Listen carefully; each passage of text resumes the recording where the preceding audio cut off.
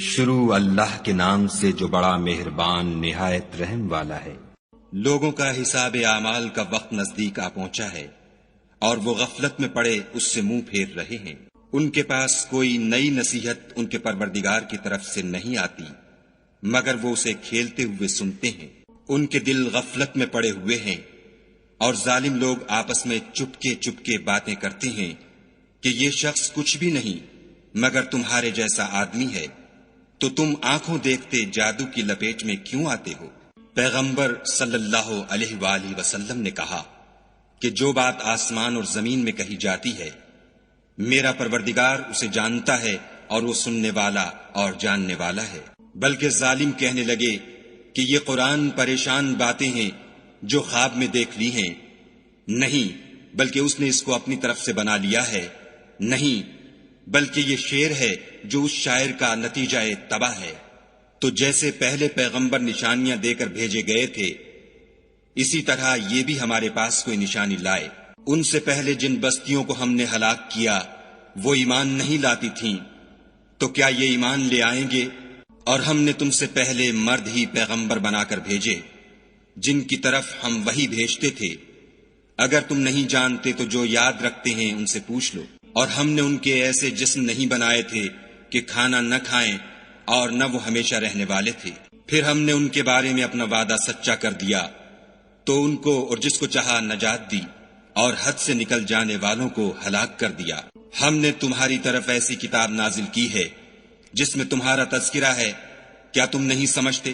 اور ہم نے بہت سی بستیوں کو جو ستمگار تھیں ہلاک کر مارا اور ان کے بعد اور لوگ پیدا کر دیے۔ جب انہوں نے ہمارے مقدمہ عذاب کو دیکھا تو لگے اس سے بھاگنے۔ مت بھاگو اور جن نعمتوں میں تم عیش و آسائش کرتے تھے ان کی اور اپنے گھروں کی طرف لوٹ جاؤ، شاید تم سے اس بارے میں دریافت کیا جائے۔ کہنے لگے ہائے شامت، بے شک ہم ظالم تھے۔ تو وہ ہمیشہ اسی طرح پکارتے رہے یہاں تک کہ ہم نے ان کو کھیتی کی طرح کاٹ کر اور آگ کی طرح بجھا کر ڈھیر کر دیا۔ اور ہم نے آسمان اور زمین کو اور جو مخلوقات ان دونوں کے درمیان ہے اس کو لہو لعاب کے لیے پیدا نہیں کیا۔ اگر ہم چاہتے کہ کھیل کی چیزیں یعنی زن و فرزن بنائیں تو اگر ہم کو کرنا ہی ہوتا تو ہم اپنے پاس سے بنا لیتے۔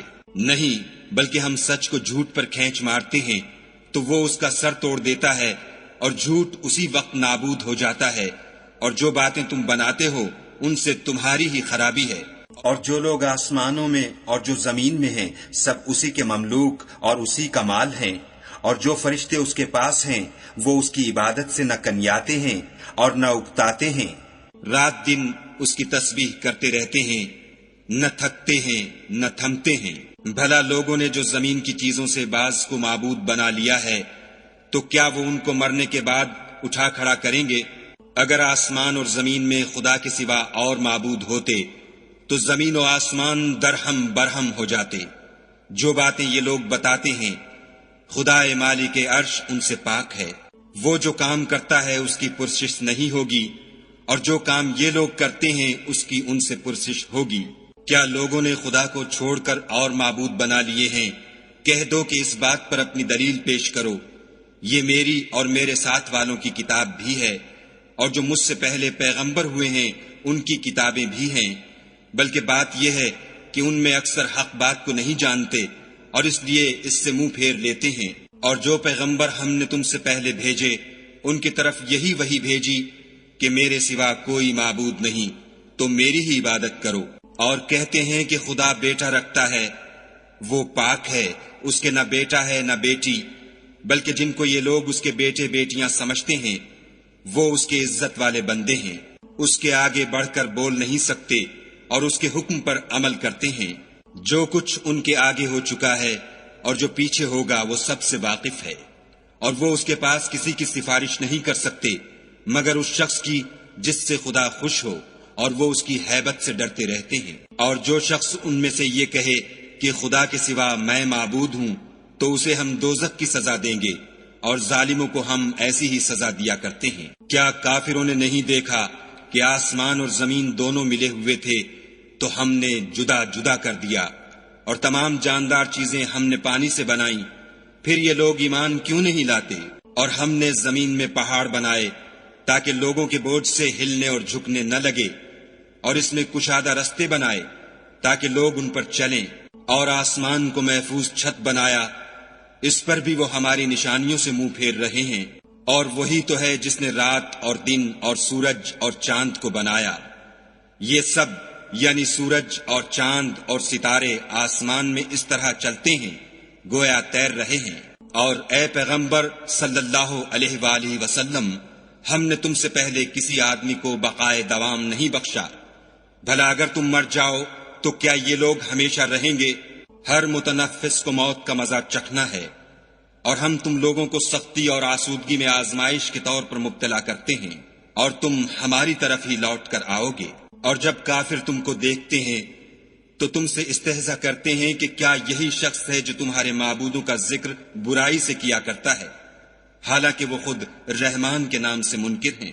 انسان کچھ ایسا جلد باز ہے کہ گویا جلد بازی ہی سے بنایا گیا ہے۔ میں تم لوگوں کو عنقریب اپنی نشانیاں دکھاؤں گا تو تم جلدی نہ کرو۔ اور کہتے ہیں کہ اگر تم سچے ہو تو جس عذاب کی یہ وعید ہے وہ کب آئے گا؟ اے کاش کافر اس وقت کو جانے جب وہ اپنے منہوں پر سے دوزخ کی آگ کو روک نہ سکیں گے، اور نہ اپنی پیٹھوں پر سے، اور نہ ان کا کوئی مددگار ہوگا، بلکہ قیامت ان پر ناگہاں آ واقع ہوگی اور ان کے ہوش کھو دے گی۔ پھر نہ تو وہ اس کو ہٹا سکیں گے اور نہ ان کو مہلت دی جائے گی۔ اور تم سے پہلے بھی پیغمبروں کے ساتھ استہزا ہوتا رہا ہے، تو جو لوگ ان میں سے تمسخر کیا کرتے تھے ان کو اسی عذاب نے جس کی ہنسی اڑاتے تھے آ گھیرا۔ کہو کہ رات اور دن میں خدا سے تمہاری کون حفاظت کر سکتا ہے؟ بات یہ ہے کہ یہ اپنے پروردگار کی یاد سے منہ پھیرے ہوئے ہیں۔ کیا ہمارے سوا ان کے اور معبود ہیں کہ ان کو مصائب سے بچا سکیں؟ وہ آپ اپنی مدد تو کر ہی نہیں سکیں گے، اور نہ ہم سے پناہ ہی دیے جائیں گے، بلکہ ہم ان لوگوں کو اور ان کے باپ دادا کو متمتع کرتے رہے، یہاں تک کہ اسی حالت میں ان کی عمریں بسر ہو گئیں۔ کیا یہ نہیں دیکھتے کہ ہم زمین کو اس کے کناروں سے گھٹاتے چلے آتے ہیں؟ تو کیا یہ لوگ غلبہ پانے والے ہیں؟ کہہ دو کہ میں تم کو حکم خدا کے مطابق نصیحت کرتا ہوں، اور بہروں کو جب نصیحت کی جائے تو وہ پکار کو سنتے ہی نہیں، اور اگر ان کو تمہارے پروردگار کا تھوڑا سا عذاب بھی پہنچے تو کہنے لگیں کہ ہائے کم بختی، ہم بے شک گناہگار تھے، اور ہم قیامت کے دن انصاف کی ترازو کھڑی کریں گے تو کسی شخص کی ذرا بھی حق تلفی نہ کی جائے گی، اور اگر رائی کے دانے کے برابر بھی کسی کا عمل ہوگا تو ہم اس کو لاموجود کریں گے، اور ہم حساب کرنے کو کافی ہیں۔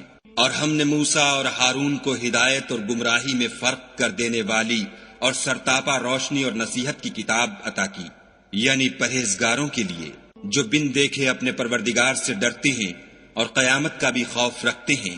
اور یہ مبارک نصیحت ہے جسے ہم نے نازل فرمایا ہے، تو کیا تم اس سے انکار کرتے ہو؟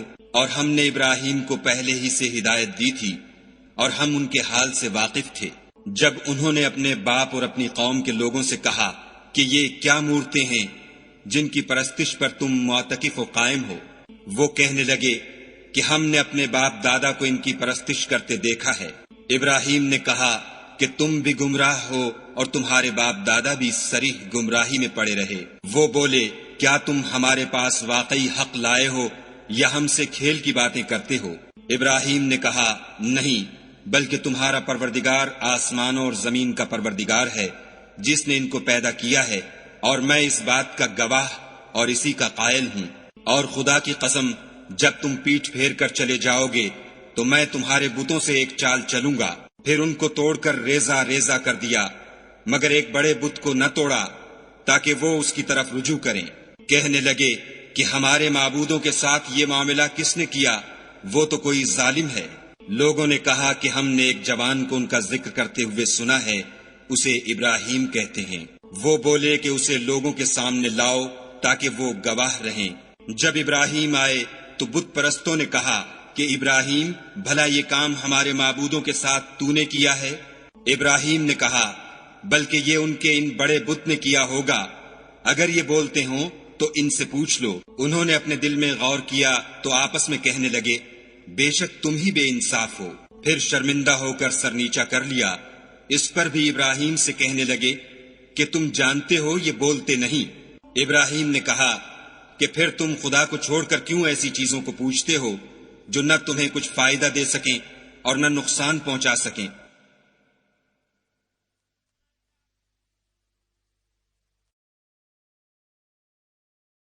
تف ہے تم پر اور جن کو تم خدا کے سوا پوچھتے ہو ان پر، کیا تم عقل نہیں رکھتے؟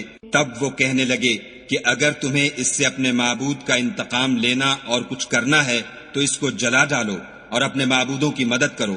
ہم نے حکم دیا، اے آگ سرد ہو جا اور ابراہیم پر موجب سلامتی بن جا۔ ان لوگوں نے برا تو ان کا چاہا تھا مگر ہم نے انہی کو نقصان میں ڈال دیا، اور ابراہیم اور لوط کو اس سرزمین کی طرف بچا نکالا جس میں ہم نے اہل عالم کے لیے برکت رکھی تھی۔ اور ہم نے ابراہیم کو اسحاق عطا کیے اور مستزاد برآں یعقوب اور سب کو نیک کیا، اور ان کو پیشوا بنایا کہ ہمارے حکم سے ہدایت کرتے تھے، اور ان کو نیک کام کرنے اور نماز پڑھنے اور زکوٰۃ دینے کا حکم بھیجا، اور وہ ہماری عبادت کیا کرتے تھے۔ اور لوط کا قصہ یاد کرو جب ان کو ہم نے حکم یعنی حکمت و نبوت اور علم بخشا، اور اس بستی سے جہاں کے لوگ گندے کام کیا کرتے تھے بچا نکالا۔ بے شک وہ برے اور بد کردار لوگ تھے، اور انہیں اپنی رحمت کے محل میں داخل کیا، کچھ شک نہیں کہ وہ نیک کرداروں میں تھے۔ اور نوح کا قصہ بھی یاد کرو جب اس سے پیشتر انہوں نے ہمیں پکارا تو ہم نے ان کی دعا قبول فرمائی، اور ان کو اور ان کے ساتھیوں کو بڑی گھبراہٹ سے نجات دی، اور جو لوگ ہماری آیتوں کی تکذیب کرتے تھے ان پر نصرت بخشی۔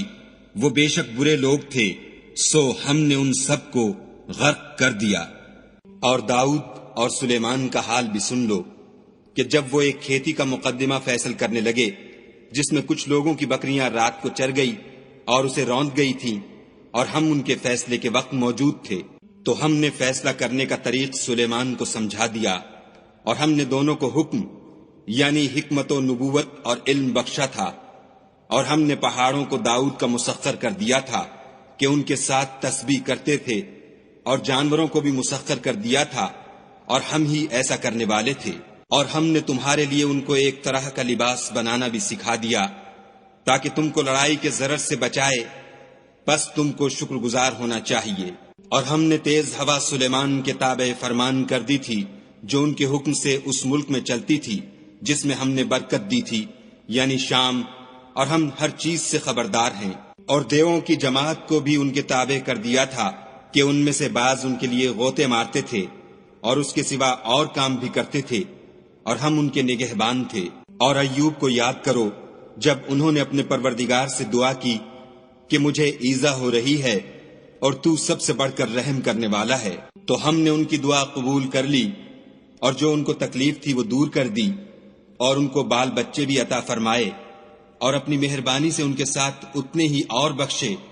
اور عبادت کرنے والوں کے لیے یہ نصیحت ہے۔ اور اسماعیل اور ادریس اور ذوالکفل کو بھی یاد کرو، یہ سب صبر کرنے والے تھے، اور ہم نے ان کو اپنی رحمت میں داخل کیا، بلا شبہ وہ نیکوکار تھے۔